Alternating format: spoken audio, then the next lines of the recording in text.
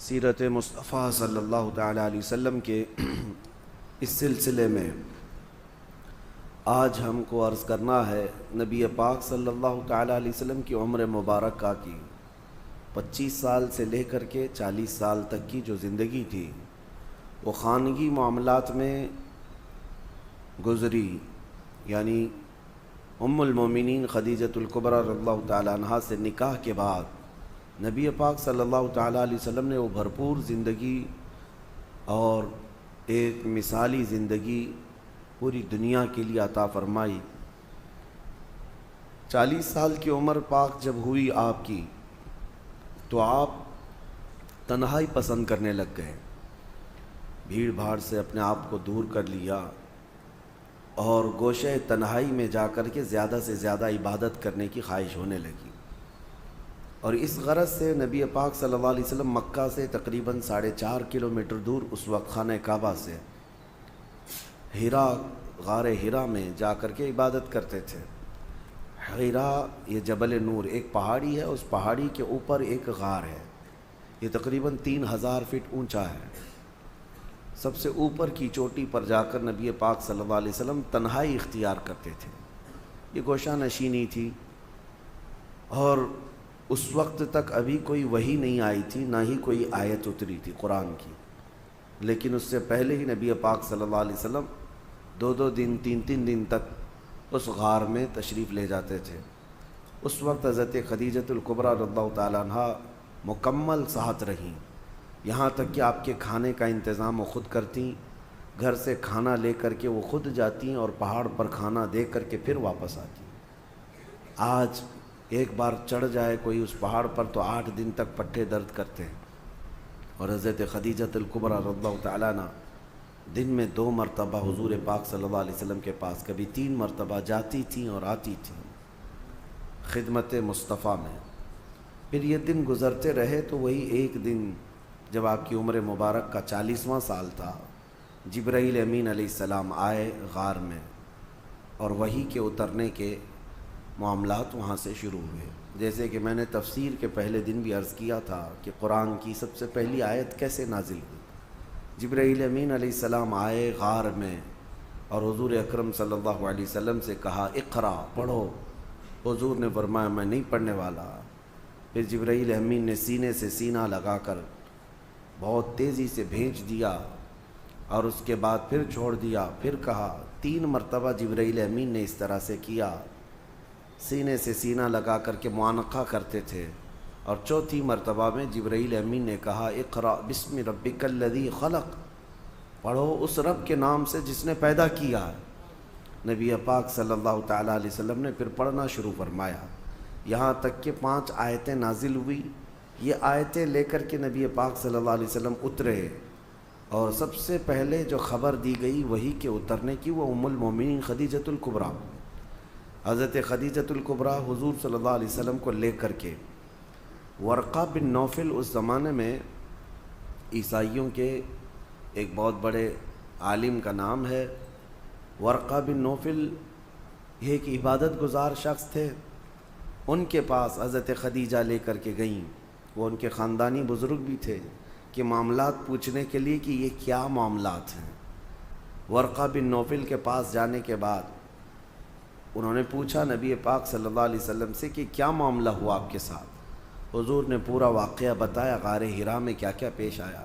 تو ورقہ بن نوفل نے کہا محمد صلی اللہ علیہ وسلم مبارک ہو، آپ کے پاس جو فرشتہ آیا وہ عام فرشتہ نہیں بلکہ وہ پچھلے نبیوں کے پاس اللہ کا پیغام لے کر آتا تھا، اور اگر وہ فرشتہ آپ کے سامنے آیا ہے تو اللہ نے آپ کو نبوت کے لیے چنا ہے، آپ اس کے رسول ہیں، آپ اس کے نبی ہیں۔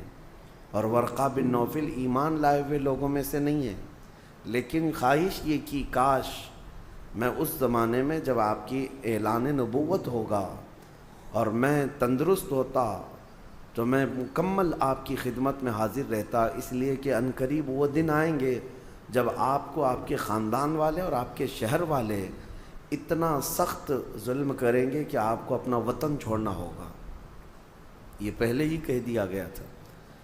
تو نبی پاک صلی اللہ تعالیٰ علیہ وسلم وہاں سے آئے، اب وحی کے اترنے کے سلسلے کو تھوڑے دنوں تک کے لیے اللہ نے موقوف رکھا، وہی نہیں آئی دوسری، لیکن رسول پاک صلی اللہ علیہ وسلم کو مکمل اس بات کی تمنا رہتی، اس وحی کے انتظار میں حضور صلی اللہ علیہ وسلم سرگرداں رہتے، کیونکہ ایک بار جو پیغام محبت آیا ہے اس پیغام محبت کو دوبارہ سننے کا شوق۔ پھر ایک بار مکہ کے بازار سے گزر رہے تھے، کسی نے پکارا محمد محمد، نبی پاک صلی اللہ علیہ وسلم کا نام۔ حضور نے پلٹ کر کے اس آواز کی طرف دیکھا تو آسمان اور زمین کے بیچ میں وہی فرشتہ یعنی جبرائیل امین، وہ اتنی بڑی شکل میں کرسی پر براجمان ہے۔ نبی پاک صلی اللہ علیہ وسلم نے پہلی مرتبہ یہ منظر دیکھا جبرائیل کو اس حالت میں، تو اس کے بعد آسمان اور زمین پورا اس فرشتے سے بھر گیا ہے، جبرائیل امین سے۔ پھر نبی پاک صلی اللہ تعالیٰ علیہ وسلم گھر تشریف لائے اور پھر اس وقت کہنے لگے زمیلونی زمیلونی، مجھے چادر اوڑھاؤ، سخت ٹھنڈی لگ رہی ہے۔ جسم کے اندر وحی کے اترنے کے جو آثار تھے، وہ پوری باڈی شیک ہوتی تھی۔ اس کے بعد آپ گھر میں لیٹے تھے، اسی حالت میں جبرائیل امین نے 19 آیتیں لے کر کے حضور اللہ تعالیٰ کی طرف سے پہنچایا، یا ایھا المدثر قم فانذر وربک فکبر۔ یہ آیتیں تھیں، اللہ تعالیٰ نے اپنے نبی کو مدثر کہہ کر پکارا، اے مدثر اٹھو، قم فانذر، لوگوں کو اللہ کا خوف دلاؤ، وربک فکبر، اور تمہارے رب کی تکبیر بلند کرو، اللہ اکبر کہو۔ پھر یہاں سے احکام شروع ہوئے۔ اب نبی پاک صلی اللہ تعالیٰ علیہ وسلم کو باضابطہ حکم ہوا کہ آپ اپنی قوم کے سامنے اعلان فرمائیں، اور اس سے پہلے اللہ تعالیٰ نے ایک حکم یہ فرمایا وَأَنذِرْ عَشِيرَتَكَ الْأَقْرَبِينَ، آپ پہلے اپنے رشتہ داروں کو اللہ کا خوف دلاؤ۔ سب سے پہلے جو شروعات ہوئی وہ یہاں سے، حضور اکرم صلی اللہ تعالیٰ علیہ وسلم نے سب سے پہلے اپنے گھر والوں میں اپنے سارے چچاؤں کو، اپنی پھوپھیوں کو، اپنے رشتہ داروں کو جمع کیا، اور جمع کر کے ان کے سامنے دعوت اسلام پیش کی۔ سب سے پہلا مرحلہ یہی تھا دعوت کا، اپنے گھر سے شروع کیا، اور ان کے سامنے اس دعوت کو رکھا۔ ان میں اکثر لوگوں نے انکار کر دیا، اکثر لوگوں نے انکار کر دیا، وہ اپنے پرانے ڈھنگ پر ہی قائم رہے، کسی نے التفات نہیں کیا، توجہ نہیں کی۔ پھر یہاں تک کہ نبی پاک صلی اللہ علیہ وسلم کی جو امیج تھی پورے مکہ میں ویسی تھی کہ حضور کی بات پر لوگ آنکھ بند کر یقین کرتے تھے، بڑی بڑی امانتیں رکھتے تھے۔ تو ایک دن حضور صلی اللہ علیہ وسلم نے جبل ابو قبیس، وہاں پر مکہ میں ایک پہاڑی ہے یا اس کے قریب ایک پہاڑی، اس پہاڑی کے پاس سارے مکہ والوں کو بلایا کہ سب کے سب آ جاؤ، اور حضور کی آواز پر پورا مکہ جمع ہو گیا۔ تب نبی پاک صلی اللہ علیہ وسلم نے ان سے ایک سوال کیا، کہا کیا تمہارا خیال ہے میرے متعلق اگر میں یہ خبر دے دوں کہ اس پہاڑ کے پیچھے ایک فوج ہے جو تمہیں مارنے کے لیے کھڑی ہے، تو تم کیا میری اس بات کا یقین کرو گے؟ مکہ والوں نے ایک آواز میں کہا تھا، ہم نے تمہارے بچپن سے لے کر اب تک کبھی جھوٹ سنا ہی نہیں، اگر آپ اس بات کی خبر دیتے ہیں تو ہم یقین ہی نہیں بلکہ اس سے لڑنے کی تیاری بھی کریں گے۔ نبی پاک صلی اللہ علیہ وسلم نے فرمایا جب تمہیں میری بات پر اتنا یقین ہے تو سنو، اللہ ایک ہے اور میں اللہ کا آخری رسول ہوں، اور جن بتوں کے سامنے تم سر جھکاتے ہو یہ فضول ہے، یہ باطل ہیں۔ تو نبی پاک صلی اللہ علیہ وسلم کا جب یہ اعلان ہوا تو مجمع میں کھلبلی مچ گئی کہ ہمارے پرانے دین پر حملہ ہو گیا، ہمارے دھرم پر حملہ ہو گیا ہے۔ اور پھر اسی مجمع میں سے ایک شخص کھڑا ہوا اور اس نے سخت جملوں میں بات کہا، تباً لک یا محمد الہذا جمعتا، نعوذ باللہ، اس نے کہا برا ہو اے محمد تمہارے ہاتھ ٹوٹ جائیں، کیا تم نے اس کام کے لیے ہمیں یہاں جمع کیا تھا؟ یہ بولنے والا حضور صلی اللہ علیہ وسلم کا سگا چچا ابو لہب تھا۔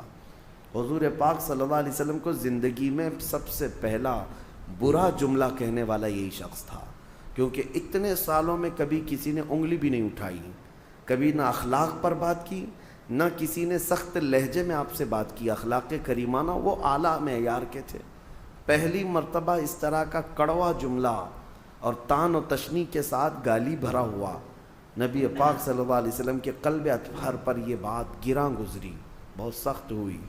لیکن اس مجمع سے حضور اکرم صلی اللہ تعالیٰ علیہ وسلم لوٹے تھے کہ ہاں تاریخ میں یہ ہے، اب جو لوگ ایمان لائے ان میں بچوں میں سب سے پہلے مولا علی کرم اللہ وجہہ الکریم، جب آپ کی عمر 9 سال کی تھی۔ بڑی عمر والوں میں سب سے پہلے ایمان لانے والے حضرت ابوبکر صدیق رضی اللہ عنہ، عورتوں میں سب سے پہلے ایمان لانے والی سیدہ خدیجۃ الکبریٰ رضی اللہ تعالیٰ عنہ، اور غلاموں میں سب سے پہلے ایمان لانے والے حضرت زید بن حارثہ رضی اللہ تعالیٰ عنہ، اور حضرت بلال حبشی رضی اللہ تعالیٰ عنہ کا بھی نام ہے۔ یہ لوگ سب سے پہلے ایمان لانے والوں میں ہیں، سب سے پہلے جو لوگ ایمان لائے۔ اب یہ وہ لوگ تھے، اس میں حضرت ابوبکر، حضرت خدیجہ کو چھوڑیں تو باقی تو سب ان کے حالات ایسے نہیں تھے کہ وہ پورے مکہ والوں سے پنگا لے لیتے، مقابلہ کر سکتے۔ کمزور لوگوں سے دین شروع ہوا، اور جو لوگ شروع میں اسلام میں داخل ہوتے تھے وہ غریب صحابہ تھے، کمزور تھے، لیکن ایمان اتنا مضبوط تھا کہ ہر مصیبت کے لیے وہ ڈٹے رہتے تھے، ہر بڑی سی بڑی مصیبت کو فیس کرنے کو تیار تھے۔ اب یہاں سے تبلیغ اسلام کا سلسلہ شروع ہوا۔ شروع کے سالوں میں نبی پاک صلی اللہ علیہ وسلم نے پوشیدہ طریقے سے ہی دعوت اسلام دی، پوشیدہ طریقے سے، یعنی بالکل اوپنلی دعوت نہیں دی جاتی تھی، تنہا ایک ایک شخص کو کنونس کرنا۔ جیسے حضرت ابوبکر صدیق کی دعوت پر حضرت عثمان غنی ایمان لائے، حضرت ابوبکر صدیق کی دعوت پر حضرت زبیر، حضرت طلحہ، یہ لوگ بھی ایمان لائے۔ تو یہ جو ایک دوسرے سے ایمان کا سلسلہ چلتا رہا۔ باضابطہ طور پر تبلیغ کب ہوئی؟ حضور اکرم صلی اللہ تعالیٰ علیہ وسلم ایک بازار میں تشریف لے گئے، وہاں پر لوگوں کے درمیان خطاب کر رہے تھے کہ ابو جہل درمیان میں آیا، پوری دھول اڑایا حضور پاک صلی اللہ علیہ وسلم پر، اور نہایت سخت جملوں میں کہنے لگا کہ لوگوں اس شخص کی بات مت سنو کہ یہ اس کا ذہنی توازن خراب ہو گیا، نعوذ باللہ، بڑے بڑے برے الفاظ کہتا ہوا۔ اب یہاں سے تکلیفوں کا دور بھی شروع ہو گیا، آزمائش کا دور۔ ایک بات یاد رکھیں، کوئی بھی مشن لے کر کے کھڑا ہونا معمولی نہیں اس دنیا میں، اور وہ بھی نبی پاک صلی اللہ علیہ وسلم نے ایسے پتھر دلوں کے سامنے وہ عظیم دین کو پیش کیا تھا۔ اب آپ اندازہ کر سکتے ہیں وہ لوگ کس قدر ایگریسو تھے، اسی سے آپ اندازہ کریں کہ حضور جیسے شخص کو جو لوگ اچھی طرح جانتے تھے اخلاق میں کیا ہیں، لیکن حضور جب حرم کعبہ میں آتے تو ان کے ساتھ کیا کیا کرتے تھے لوگ، کیا کیا کچرے ڈالے، بہت ساری چیزیں کی، یہاں تک کہ عقبہ بن ابی معیط نام کا ایک ظالم شخص ایسا ہے، حضور ایک بار مسجد حرم میں آئے تھے نماز ادا کرنے کے لیے، اس نے اپنا گمچھا جو رومال ہوتا ہے وہ حضور صلی اللہ علیہ وسلم کے گلے میں ڈال کر گول گھمانا شروع کیا، اور اتنا گھما کر کے کھینچا کہ حضور اکرم صلی اللہ علیہ وسلم کے گلے پاک پر سوجن آ گئی تھی۔ یہ سب معاملات حضور کے ساتھ ہوئے، اور جو صحابہ ایمان لائے تھے ان کی بڑی آزمائش تھی، بڑی آزمائش تھی۔ حضرت ابو فقیہہ ایک غلام تھے، ان کو ان کا آقا اتنا مارتا تھا، یہاں تک کہ راستے میں لے کر جا رہا تھا تو ایک جانور ہوتا ہے چھوٹا سا، اس جانور کو دیکھ کر کے اس نے کہا کہ تیرا خدا یہی تو نہیں ہے۔ اس وقت حضرت ابو فقیہہ کا ایمان دیکھیں، جیسے اس نے گستاخی کی، پکار کر کہنے لگے اللہ ربنا اللہ ربنا، ہمارا رب اللہ ہے، ہمارا رب اللہ ہے، وہ ایک ہے۔ وہ ظالموں کو جلانے کے لیے یہی اتنا ہی کافی تھا، اتنا ہی کافی تھا۔ اسی کو تو اقبال نے کہا ہے کہ یہ غریب صحابہ تھے لیکن ان کے چولہے ہلا کر رکھ چکے تھے، کمزور تھے لیکن ان کے لوگوں کی نیندیں حرام کر رکھی تھی کہ ان کا داؤ ان پر نہیں چلتا تھا۔ وہ ڈرائے دھمکائے، موب لنچنگ کیے، لیکن صحابہ پر کچھ بھی اثر نہیں ہوتا تھا۔ اسی کو اقبال نے کہا تھا کفر دم توڑ دے گا ٹوٹی ہوئی شمشیر کے ساتھ۔ تمہارے پاس بڑے ہتھیار ہونے ضروری نہیں ہیں، ٹوٹی ہوئی شمشیر، ٹوٹی تلوار۔ فرماتے ہیں اقبال کفر دم توڑ دے گا ٹوٹی ہوئی شمشیر کے ساتھ، گر تم نکل آ جاؤ ایک بار نعرہ تکبیر کے ساتھ۔ ہاں وہ نعرہ تکبیر کس کا تھا؟ وہ صحابہ کا تھا، ہر گھڑی ہر لمحے۔ اب جو تکلیف اٹھائے ہوئے صحابہ ہیں ان کی ایک لسٹ ہے لمبی، کون کون سے صحابہ ہیں جنہوں نے اسٹرگل کیا ہے بہت سخت طریقے سے۔ اس میں حضرت ابو فقیہہ، حضرت بلال حبشی، حضرت خباب ابن الارت، حضرت خبیب ابن عدی، حضرت عمار بن یاسر جن کو آگ میں جلایا گیا تھا، آگ میں جلایا گیا، حضرت سیدہ سمیہ جن کو گھوڑے کے ٹانگوں میں باندھ کر کے دوڑایا گیا تھا، وہ بڑی عمر کی خاتون تھی، ان کی شرمگاہ پر تیر مار کر کے انہیں شہید کیا گیا تھا۔ یہ اسلام کی سب سے پہلی شہیدہ ہے، سب سے پہلے شہید ہونے والی خاتون ہے۔ مکہ میں یہ جو اسٹرگل کا زمانہ شروع ہو گیا، تو اب میں آپ کو یہاں سٹیپ بائی سٹیپ عرض کروں گا۔ نبوت کے جو سال شروع ہوئے، پہلا سال، دوسرا سال، تیسرا سال، چوتھا سال، اس طرح سے 40 سال کی عمر پاک میں نبی پاک صلی اللہ علیہ وسلم نے اپنے نبوت کا اعلان فرمایا۔ آپ ایک بات یاد رکھیں، فرق محسوس کریں۔ بہت سارے لوگ یہ کہتے ہیں حضور 40 سال کی عمر میں نبی بنائے گئے۔ حضور نبی بنائے نہیں گئے، حضور نے تو فرمایا میں تو اس وقت بھی نبی تھا جب آدم علیہ السلام کو مٹی اور پانی میں گوندھا جا رہا تھا، وہ تو نبی اس وقت بھی تھے۔ اور نبی میرے آقا صلی اللہ علیہ وسلم اولین آخرین سب کے نبی ہیں، لیکن نبوت کا اعلان کرنے کا حکم 40 سال کی عمر میں ہو۔ اس کو ہمیشہ سے احتیاط کریں۔ بعض لوگ ایسی ہی بک جاتے ہیں کہ حضور کو 40 سال کی عمر میں نبوت ملی۔ نبوت ان کی زمانے سے تھی، لیکن اعلان کرنے کا حکم کب ہوا؟ 40 سال کی عمر میں۔ اب یہاں سے دور نبوت شروع ہوا، اب اس کو دور نبوت کہتے ہیں۔ 40 سال پہلے کی جو زندگی میں نے آپ کو رکھا وہ مختصراً وہ حضور کی ایک سیرت ایسی ہے جو آئیڈیل ہے، مثالی ہے۔ بچپنا، جوانی، شادی کے معاملات، تجارت کے معاملات 40 سال کی عمر تک۔ لیکن اب اصل جو یعنی پوری دنیا کے لیے اسوہ حسنہ ہے، جس کو قرآن نے کہا ہے لَقَدْ كَانَ لَكُمْ فِي رَسُولِ اللَّهِ أُسْوَةٌ حَسَنَةٌ، تمہارے لیے رسول اللہ کی زندگی بہترین آئیڈیل ہے، نمونہ ہے۔ اب وہ دور نبوت کو آپ کے سامنے رکھنا ہے۔ 23 سال تک، 40 سال کی عمر سے لے کر کے حضور اکرم صلی اللہ علیہ وسلم کی عمر جب 63 سال کی ہوئی، یہ پورا دور نبوت ہے۔ دور نبوت کو ہم 2 حصوں میں ڈیوائیڈ کرتے ہیں، ایک مکی حصہ ہے اور ایک مدنی حصہ ہے۔ 13 سال مکہ میں دور نبوت کے گزرے اور 10 سال مدینے میں دور نبوت کے گزرے۔ دونوں دور بہت الگ الگ ہے، ڈیفرنٹ ہیں۔ مجھے آپ کو سٹیپ بائی سٹیپ عرض کرنا ہے 13 سال مکہ میں کس طرح گزرے۔ پہلا سال کیا تھا، دوسرے سال کون سے واقعات پیش آئے، تیسرے سال کون سے واقعات پیش آئے۔ ہر ایک سال کی کچھ خصوصیات ہیں، وہ انشاءاللہ العزیز آپ کو سلسلہ بسلسلہ عرض کیے جائیں گے۔ مکہ کا دور مکمل اسٹرگل کا دور ہے، یہاں کوئی جہاد کی آیت نہیں اتری تھی۔ 13 سال صبر کیا گیا، ہر چیز کو سہا گیا ہے۔ لیکن جب ہجرت ہوئی، مدینے میں جانے کے بعد اسلامک حکومت اسٹیبلش ہوئی، اسٹیٹ آف اسلام جس کو کہیں آپ، یعنی سب سے پہلی چیز جو نبی پاک صلی اللہ علیہ وسلم نے قانون، پارلیمنٹ، ایک نظام جو قائم کیا وہ مدینہ طیبہ۔ مدینہ کی بھی 10 سال، پہلا مدنی سال، دوسرا مدنی سال، تیسرا مدنی سال، ہر ایک کی خصوصیات ہیں اور ان میں جنگیں بھی ہوئی ہیں۔ ہم اس کو تقسیم کر کے اب اصل سیرت کو یہاں سے آپ کے سامنے رکھتے ہیں۔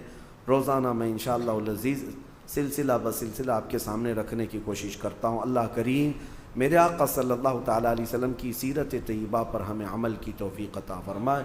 مولا کریم نبی پاک صلی اللہ علیہ وسلم کا سچا عشق اور سچی محبت ہمارے سینوں میں عطا فرمائے۔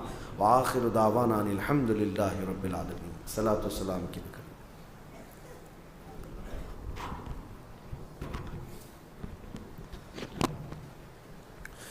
کعبے کے بدرو دو جا تم پہ